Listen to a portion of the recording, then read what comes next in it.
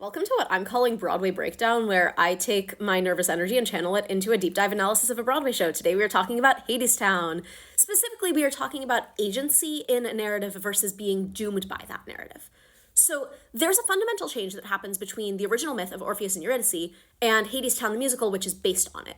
So in the myth, Eurydice is just a victim. That's kind of all she is. She gets bitten by a snake on her wedding night, and that's it. She's out of the picture. Orpheus is, from that moment on, the main character, and Eurydice just kind of becomes the prize to be won at the end. The musical does not really go with that vibe. The musical gives her the agency to choose to go to Hadestown, to take the train, to sell her soul, and in that process, Eurydice becomes a main character.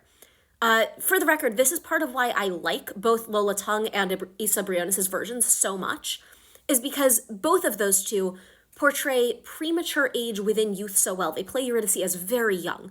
Life has beaten up the character so badly before she's even really reached adulthood that of course she's going to choose relative safety the moment it becomes an option. The flip side of that is why I like Eva Noblezada's version so much, because she has lived in the world a little bit longer, given it a chance, and by the point of Songbird versus Rattlesnake has decided that it's not really worth living in. And that brings me to the primary point of the show. Hadestown is a show about how agency is not enough when you only have two choices. There's a quote from, weirdly, Ben Franklin, of all people, that I think really applies. Those who would give up essential liberty to purchase a little temporary safety deserve neither liberty nor safety. Eurydice gives up her freedom for the sake of safety, for a bed, for food, for shelter. Things that we know from the beginning of the story she needs. Things that we know Orpheus being able to provide is a prerequisite for her choosing to marry him, and which we ultimately know that he can't do because he's too locked in on his music. And Eurydice loves him for it, but she resents it, and that's a huge part of why she makes that choice. But this is the thing. When the only choice on the table is between freedom and safety, and there is nothing in between, it is never going to end well.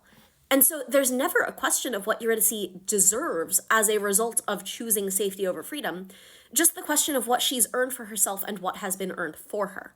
And the thing is, by the rules set by the show itself, by the idea of divinely determined fate, Eurydice doesn't deserve a second chance. The second chance that Orpheus earns for her is cheating. And we know from the very beginning that it was always going to fail. Orpheus was always going to turn around because he loves her. There is no version of the story in which it was ever going to go any other way. As the narrative reminds us constantly from the first song, it's a tragedy. For the record, this is also why I like Chris Sullivan's Hermes the best out of all of them. He's the original cast recording pre-Broadway. If you know, you know.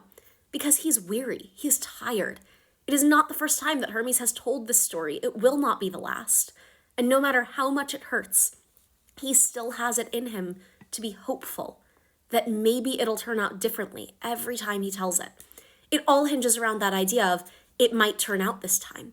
If you look at Wait For Me, Hermes is even singing along in the background, whether it's because he can't help it, or he's rooting for them, or just because he's lending his voice in the hopes that it'll work out and he can give them a little strength.